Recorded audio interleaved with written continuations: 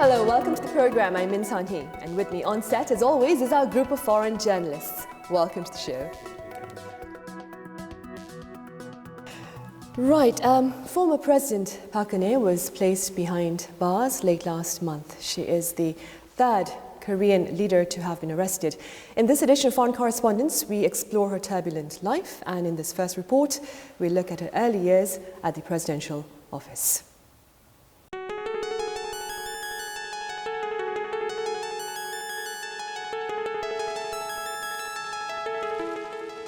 On March 31st, former President Park Geun-hye was arrested and jailed just 3 weeks after being ousted from office. News of this was heavily covered by global media outlets. A lot of stories also look back on Park's life and how she was born a president's daughter, only to become the country's first impeached leader.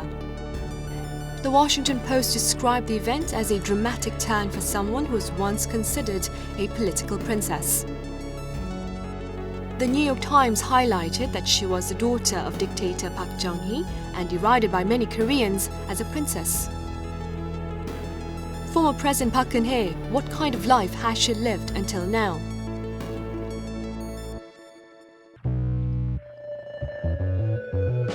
In February 1952, Park Geun-hye was born as the eldest among 3 children of former President Park Chung-hee and First Lady Yoo Kyung-soo. In December 1963, her father took office as the president and the family moved into the presidential compound of Cheong Wa Dae. She became known as the president's daughter and went to France to study after graduating from university. But in 1974, she was forced to return within 6 months after her mother, Yoo Kyung-soo, was killed in an assassination attempt at her father. 사명을 다해야 된다는 이런 것 때문에 사실 슬퍼할 시간도 거의 없었던 것 같습니다. She was 22 at the time and from then on assumed the role as First Lady, taking part in various official events alongside her father. But 5 years later, on October 26, 1979, former President Park Chung-hee was shot by one of his close aides. 수술만이 살 기름을 주창하시다. 유명을 달리하신 아버지를 생각할 때면 남몰래 울기도 참 많이 울었었습니다. Following her father's death, Park left Cheong Wa Dae, the place she had called home, for 16 years. She kept mostly to herself for a long period of time, gradually fading away from people's memories.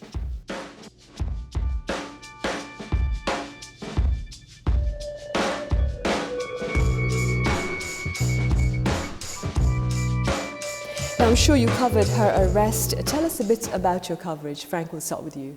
I visited the prosecutor's office for her arrest the day that they decided to continue to detain her. I think that's a decision I think many people sort of expected here following the detention and arrest of Lee Jae-young of Samsung. And of course, the other 20 people involved in this scandal that have been detained and the trials that are ongoing now of Lee Jae-young and Chae Soon-sil and others. So it was something that I think a lot of people in South Korea and observers sort of expected. I see. What about you, Koichi? What are your thoughts? Oh, well, I was curious about what kind of logic the court used to issue a warrant.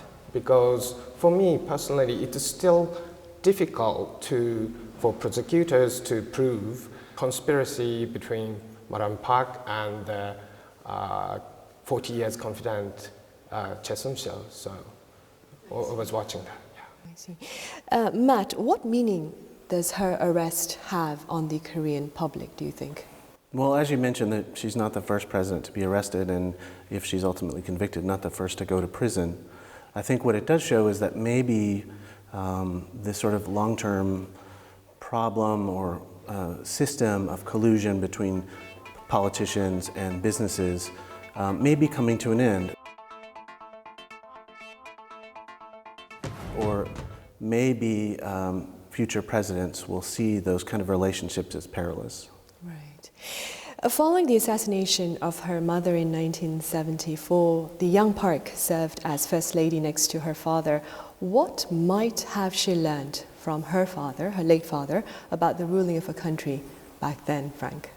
Well, I think, we need to recognize Korea was a much different place, and the system of government sort of surrounding Park Chung-hee was a lot different than the one surrounding Park Geun-hye more recently. I think that perhaps that might have been one of the problems, is that the lessons that she learned from her father, Park Chung-hee, could not be applied successfully. The problems of her presidency sort of surfaced quite early. People pointed to her tendency toward making decisions herself without consulting those around her. Certainly that was one of the criticisms of Park Chung-hee. And so those lessons that she might have learned at the Blue House as a young woman, certainly I think may not have served her well as president of South Korea.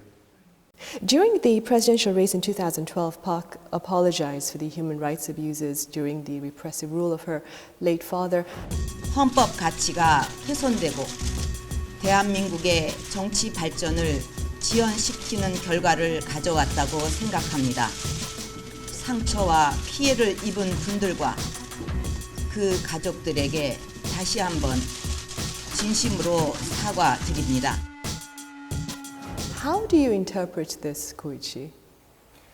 Well, so she knew something. Actually, she knew some wrongdoing of her father, but some of government officials told me that how Madam Park ran the office, she gives many phone calls to her staff, and it was rather than taking advice from staff, but giving an order. So she has some sort of authoritarian style, and I think she picked up that from her father. I see. And this was something that Frank mentioned about her tendency to make decisions on her own. In a memoir, Matt, Park revealed that once she entered high school, she looked to her mother as the ideal woman. What might have she learned from her mother? Well, I mean, certainly she saw a woman who endured a great deal, showed a lot of poise, and also made a humongous sacrifice for her country. And I don't know what's going on now in Park's mind, if she sees some parallel with her mother. But certainly she saw her mother acting as First Lady, and then she took over that role as well. It's a rather tragic story, what's happened to Park Geun-hye, both with her parents and this ordeal now. Right. There were some often people claim that the young Park resembled her mother. Do you think, Frank, that this resemblance worked to her advantage during the presidential race in 2012? Well, I think really the name recognition, whether it was her mother or her father, really helped her, and is part of the reason that she was drafted by the Grand National Party at the time. Her rise in politics as a young woman, and the popularity that she had, of course, in her home district surrounding Daegu. I think that one of the problems is just that it was her name recognition and her popularity and potential electability. You know, she was known later on as the Queen of Elections in her ability to gather support for Grand National Party candidates and help those candidates win their elections. And I think that name recognition, in the end, hurt the Grand National Party and hurt conservatives here, because they didn't draft the best candidate, the potential best president of South Korea, but relied on sort of populist politics.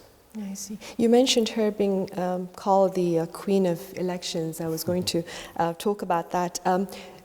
Keeping that in mind, do you believe this is an indication that she was a good politician then? Yeah, well, to some extent, just winning election is the very important element for as a politician. And personally, I had a chance to have a brief conversation with former President Park in 2016, January 2016. After the press conference, I was only one foreign reporter that had a chance to question her.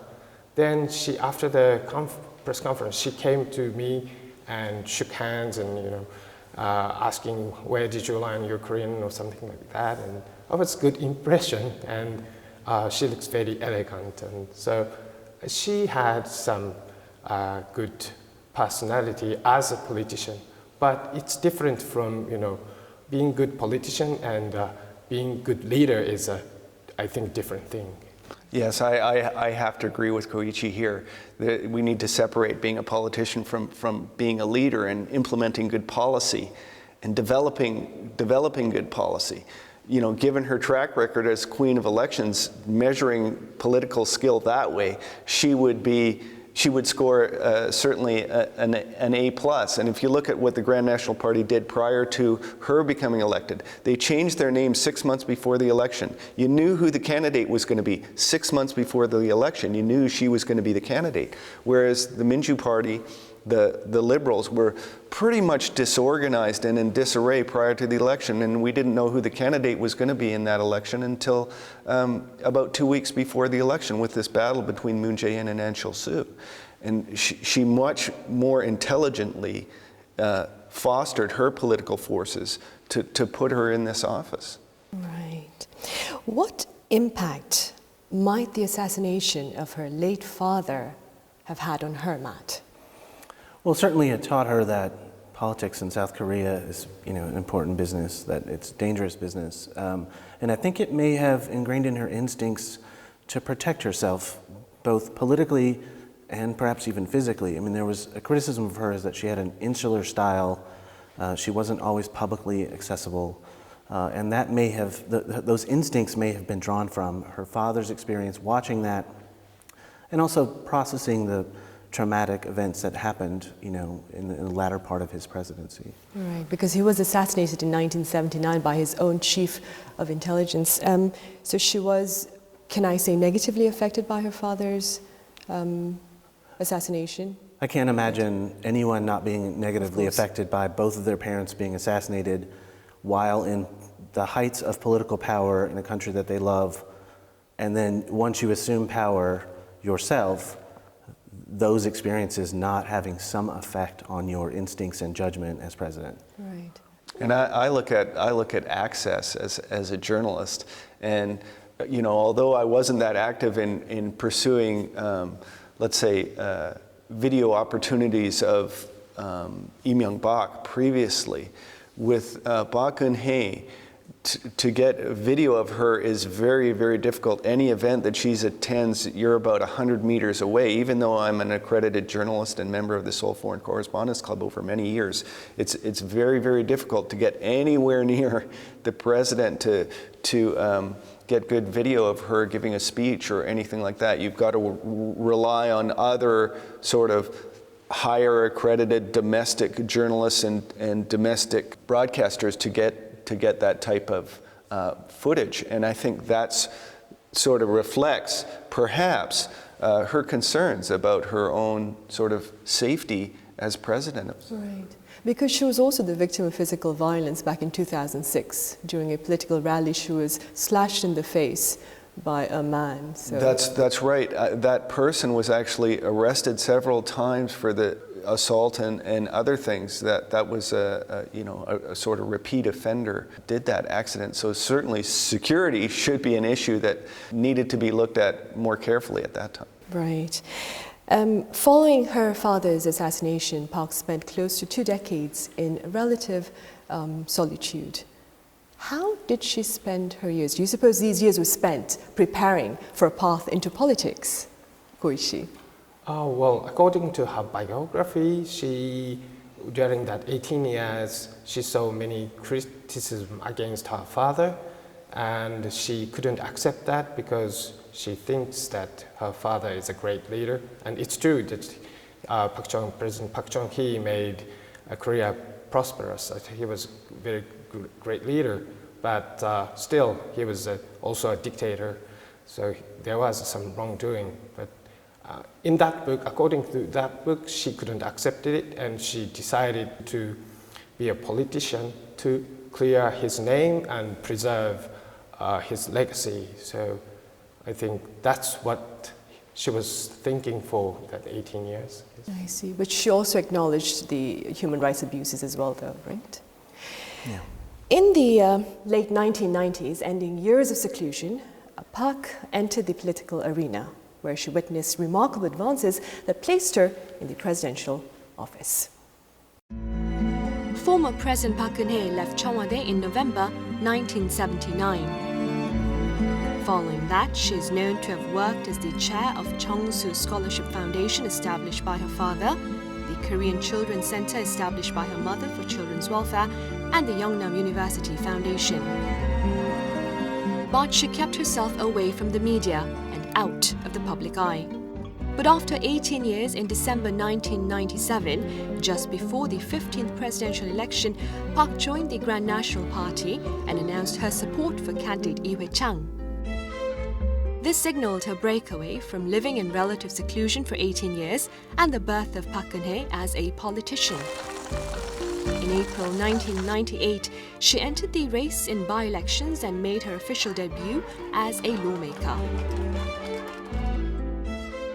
나라가 어려운 때에 정치에 입문하게 되어 더욱 어깨가 무겁습니다. 앞으로 깨끗하고 바른 정치, 국민과 아픔을 같이 하는 정치가 구현되도록 최선을 다해 노력하겠습니다.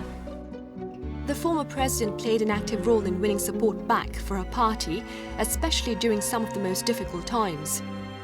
When appointed as the chair of the Grand National Party in 2004, she moved the party to makeshift tents and campaigned nationwide, securing a landslide victory in general elections.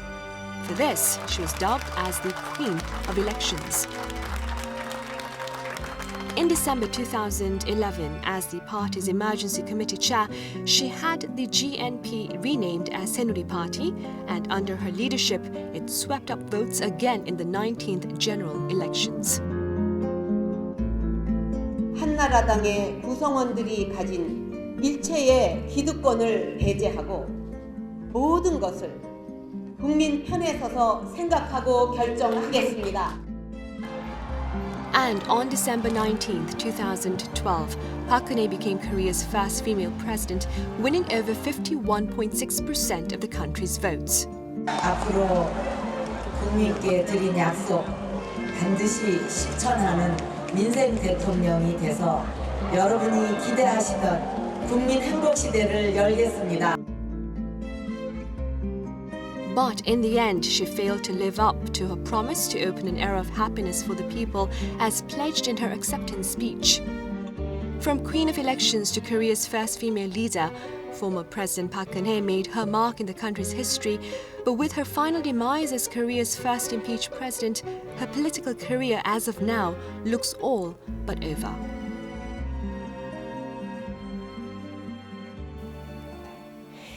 Now, in your opinion, after so many years away from the spotlight, why, Matt, did she decide to enter the political arena?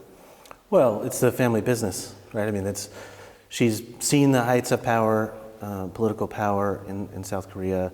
Obviously, she has the name recognition. I'm certain that people around her, friends, associates, though she may have a limited number of those, had encouraged her, given her pedigree, to get involved in politics. She also probably loves her country and wanted to contribute and saw a path, perhaps family redemption, but also a path for her, for whatever reason, to move forward and contribute to her country. Right. It has been revealed that during her years of solitude, she had frequent encounters with Choi Soon-sil, Koichi. Why was she so reliant on Choi? Well, obviously, she has a difficulty to trust people because of her past, what happened to her parents, and also, but Choi Soon-sil is almost only 40 years friends, and I think they have some sort of comradeship to clear Park Chung-hee's, her father's name and preserve his legacy. So they had common goal, so that's why she trusted her, I think. Now, with regard to the question about the qualities that a new leader must possess, what in your opinion is important, Koichi, Because such a huge scandal occurred, and I saw this from the Korean newspaper poll that same question, and it comes that transparency and fairness comes first. That's what Korean people now want. So it is the top priority, and also we saw the huge public relations failure made by former President Park Geun-hye, because after this scandal, she holds just actually no press conference, actual press conference, and she didn't explain at the parliament at all. So this was a huge public relations failure, I think. So next president need to have a very good communication skill to understand people's mind and persuade people. Right, a more productive channel of communication then. Yeah. What about you, Matt? I agree with that completely. I think that the president has to be transparent to make his views known to the public and clear. Someone, whoever's elected, needs to show a steady hand and show empathy if there is another national crisis like Seoul.